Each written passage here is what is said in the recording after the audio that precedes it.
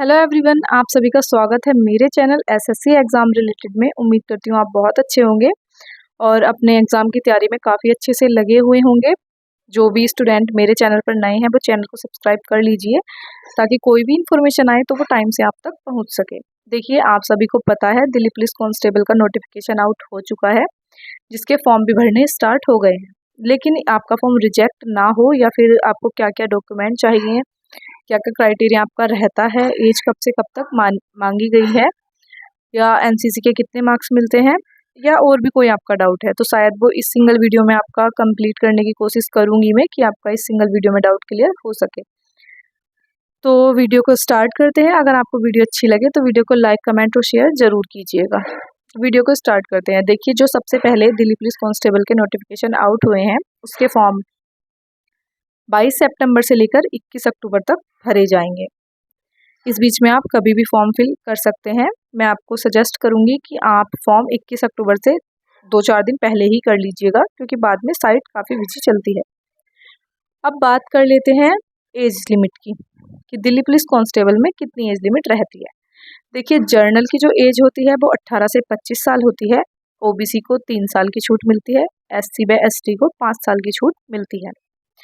इसमें बहुत सारा जो कन्फ्यूज़न है वो ये है कि कब से कब तक एज काउंट होगी, या हम फॉर्म फिल कर सकते हैं या नहीं। बहुत सारे स्टूडेंट अपनी एज का कमेंट कर रहे हैं मुझे कि मेरी ये डेट ऑफ बर्थ है, मैं फॉर्म फिल कर सकता हूँ या नहीं। तो वो अपना डाउट क्लियर कर सकते हैं इस वीडियो से।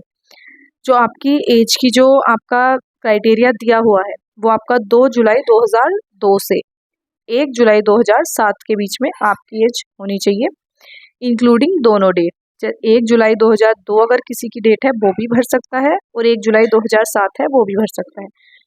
जिसकी डेट ऑफ बर्थ इसके बाद की है तो वो डिमोटिवेट ना हो।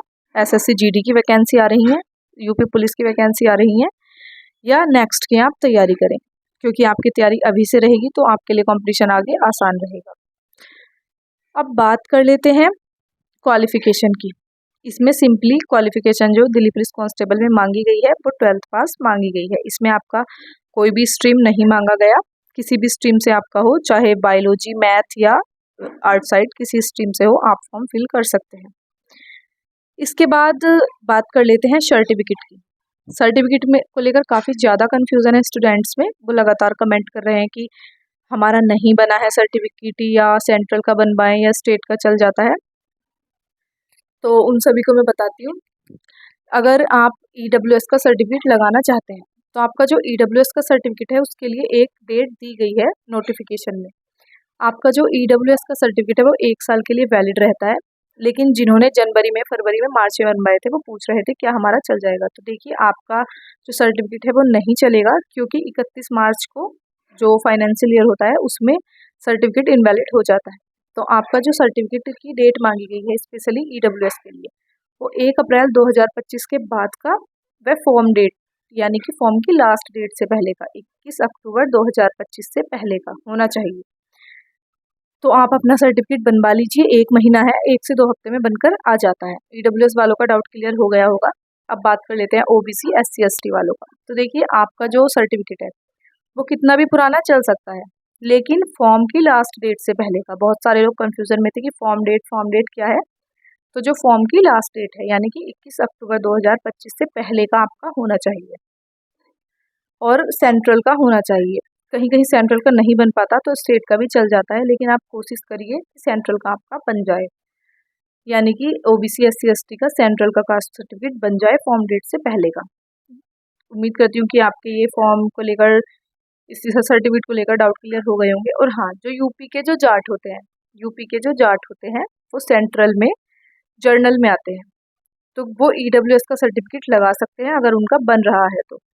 नहीं तो आप जर्नल में काउंट होगी। आप ओबीसी का, सेंट्रल का कास्ट सर्टिफिकेट बनवाने की कोशिश ना करें, क्योंकि वो नहीं बनेगा यूपी के जाटों का। अब बात कर लेते हैं सर्टिफिकेट की। एनसीसी के सर्टिफिकेट के कितने मार्क्स आपको मिलते हैं। तो देखिए, जो एनसीसी का सी सर्टिफिकेट है उसके आपको 5 मार्क्स मिलते हैं, और जो बी सर्टिफिकेट होता है उसके 3 मार्क्स मिलते हैं, और ए सर्टिफिकेट के आपको 2 मार्क्स मिलते हैं, जो कि आपके एग्ज़ाम में जुड़ जाते हैं।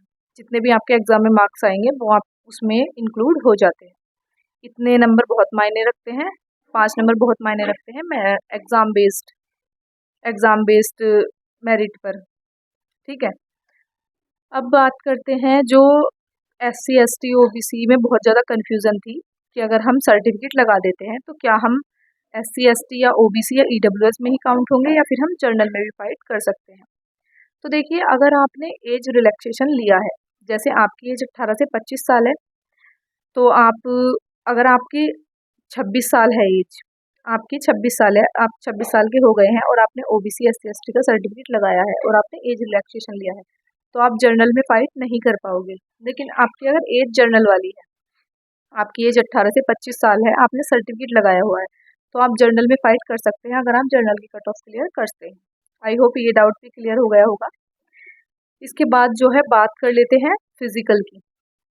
जो गर्ल्स का फिज़िकल होता है वो 1600 मीटर रनिंग होती है 8 मिनट में, 10 फीट की लॉन्ग जंप होती है और 3 फीट की हाई जंप होती है जो आपको क्लियर करने होते हैं। पहले रनिंग होती है, उसके बाद लॉन्ग जंप होती है, उसके बाद हाई जंप होती है। जो हमारा फिज़िकल हुआ था उसमें ऐसे हुआ था।